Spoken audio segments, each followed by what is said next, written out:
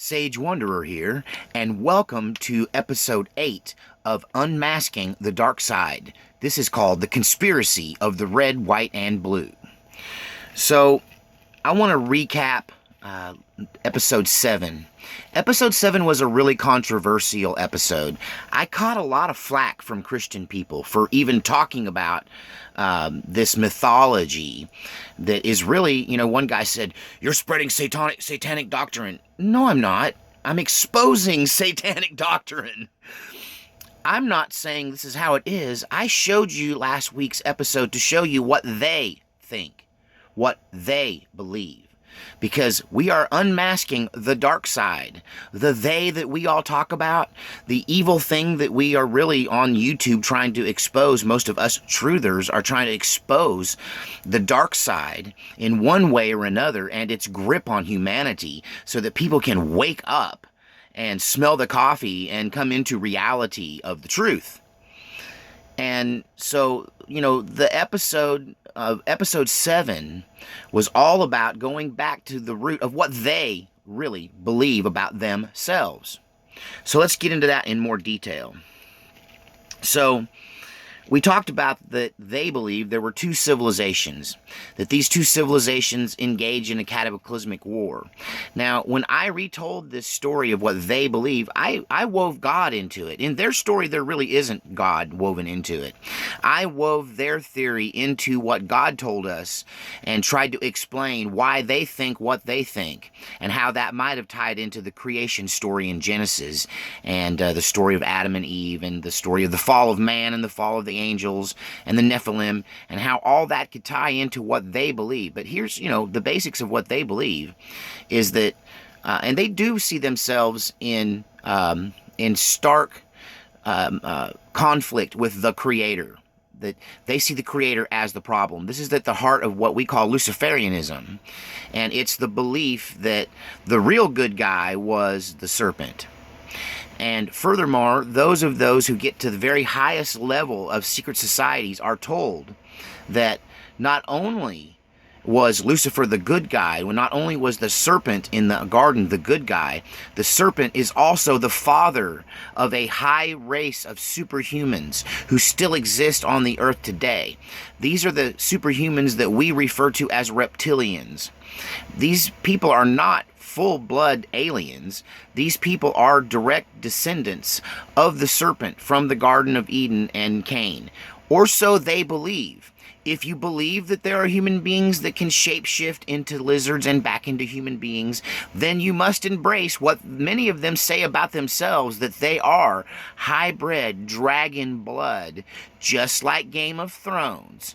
This high level human, alien, human, lizard hybrid. That's who they believe they are. If you don't believe in that, if you don't believe in shape-shifting lizard people, just know that that's what they think, and that's what they believe, and that's why they work the way they do tirelessly to destroy creation, creator, and human beings, because they see themselves in opposition, in stark opposition to God, God's creation, and the undefiled human spirit. Those are the things that they hate, because we were made in God's image. So what they believe about themselves. And think about this, that there are the two races. We'll just forget about the fact that they might be lizards or dragons, and let's just look at them as two distinct races or ideologies or cultures, okay? The red dragons, red equals communism. The Reds, the Red Scare. Red is a big color in the Illuminati, the big color in Illuminati imagery and symbolism.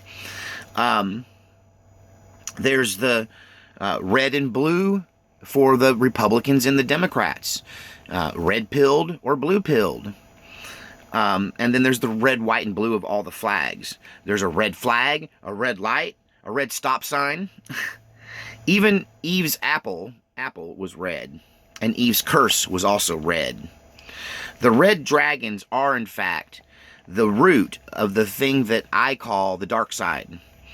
But there are two alien races, according to this mythology. So who are the blue dragons? We know the red dragons. They're the ones that supposedly blew up the other planet. They're the ones that God had to bring to heal. They're the ones that represent Lucifer and the serpent in the garden, and all of the demonology and everything we think of are associated with the reds, and so we know a thing or two about them. But what about the blues? Now, we know from this mythology that the blues are all of the rest of us. The rest of us are hopefully you're not a reptilian, but those of us who don't shapeshift and lay around in our lizard wear with our tails hanging out on the weekends, those of us who are just normal humans, according to this mythology, we have in us this the spirit of the dead blue avians, who were the enemies of the reds, as we recall from episode 7. So the blue dragons are regular human beings who have signed on to the ideology of the serpent race, and they accept that they are in fact this defeated blue avian or blue serpent, blue dragon race, reincarnated in human form, made in God's image. They accept all of that, but they reject it.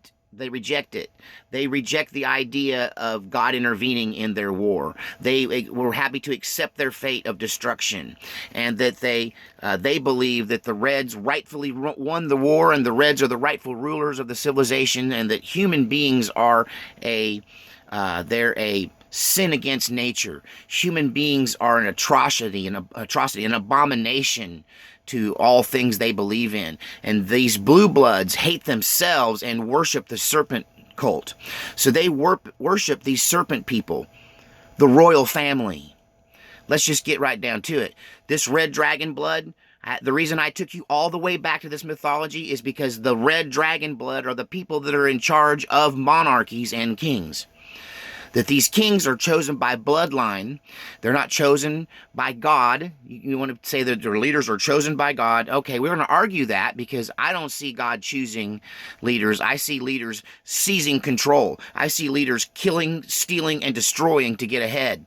I see this as war, not even as real leadership. That this has been an earth of chaos because of these red dragons and their agenda. And because that many people have signed on to this, and these people, the blue dragon people, the regular human beings, they hate themselves, they hate God, and they worship these serpentine lizard Luciferians. So, wow, that was a rant there. I gotta catch my breath for a second. Find out where I'm at. So, I got all the way through the first page. So the blue Luciferians is what we're going to start calling we'll just call them the blues. The reds and the blues. Republicans, Democrats. So we don't know a lot about the blues. Blue Luciferians are usually from very rich families. And it's because they work with the red shields. It's because they work with the Luciferian seraphim hybrids. And they work to manipulate the world and to enslave humanity and to collect money and riches for the dragon. The imagery of the old red dragon laid up on a pile of gold, well, he didn't go out and pick up all that gold and carry it in there. In those ancient stories, human beings went out and collected the gold and the money and brought it to the dragons. So the dragons never had to leave their lair. And if you didn't bring them enough stuff, enough sacrifice, if you didn't bring them enough, of your children or of gold or whatever it is they wanted, then they would fly out of their den and come burn your village so you would learn next time. Burn all your crops so you'd starve to death. This is the legend of dragons. And so the blues are the people, the human beings who bring the tribute to the dragons. They bring the sacrifice to the dragons. They bring the money to the dragons. They bring the riches and the treasure and the gold to the dragons. So this is why families from aristocratic families who are very rich, who control money, are called blue bloods. Blue bloods. They've been, they said, other people bleed red, we bleed blue. This is a reference to the blue dragons and the blue dragon cult, and recognizing who they are. Human beings who do not have the power to shapeshift, but worship those that do, and bring tribute to them. So the blues are very self-hating because they hate all human beings and they are themselves human beings. So they bring with them this spirit of self-hatred. Blue bloods often try to marry into dragon blood families. This is where you get all of this people wanting to marry into royalty and become royalty and be like royalty and get in the royal family and get next to royals and be around them, because these blue bloods want to get that dragon blood in them, because they realize when all is said and done and the dragons are standing on top of the pile of dead human beings, that only those with those with red dragon blood are going to be allowed to survive, that everybody else is going to be destroyed, and your only hope is to intermarry or be killed.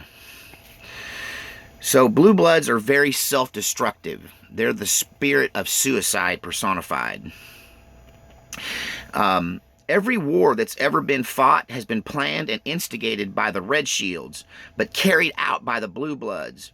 For the purpose of wealth gathering, the Dragons and the Blue Bloods' second or main goal, really, is the death of humanity.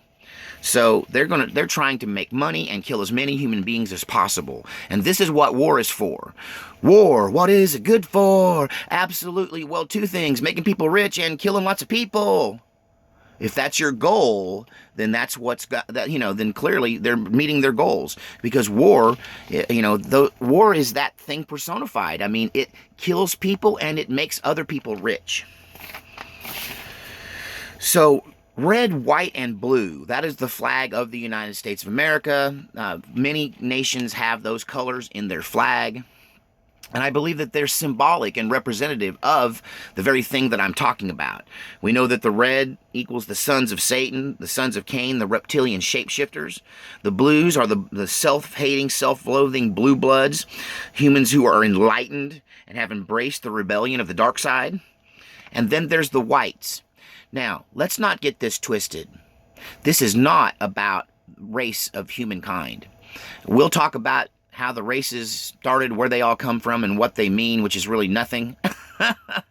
Because we're talking about speciesism here, not racism.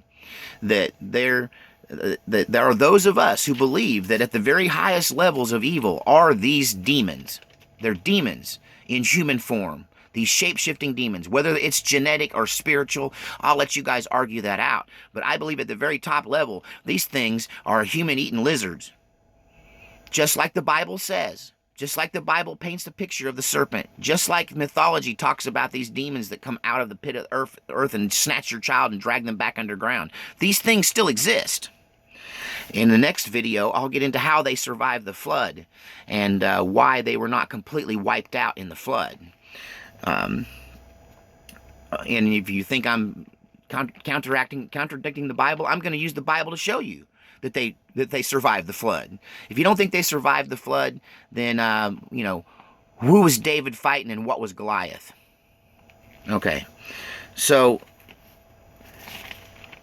the white, a lot of people think that's race, that they're talking about white people. White is actually not a color. White means no color at all. The word white, in Spanish, it's blanco. It means blank. It means devoid of any color. And so the white in the red, white, and blue refers to the rest of us, no matter what our skin color is. We're white because we're not red, nor are we blue. That we are not enlightened to know that we are blue blood avians at our core, really. We haven't bought into that. We're human beings. We're God's creation. We're sons of Adam. Okay? So we are the whites. We'll just start calling them the blanks. We're the blanks. They're the reds, they're the blues, and then there are the blanks. And it's not racial. It's not about skin tone. It's about a lack of these red and blue dragon genes in our gene pool, and also in our spirit, because blues aren't genetically dragons. They have human blood, but they have the spirit, or the blue blood is referring to their enlightenment and their involvement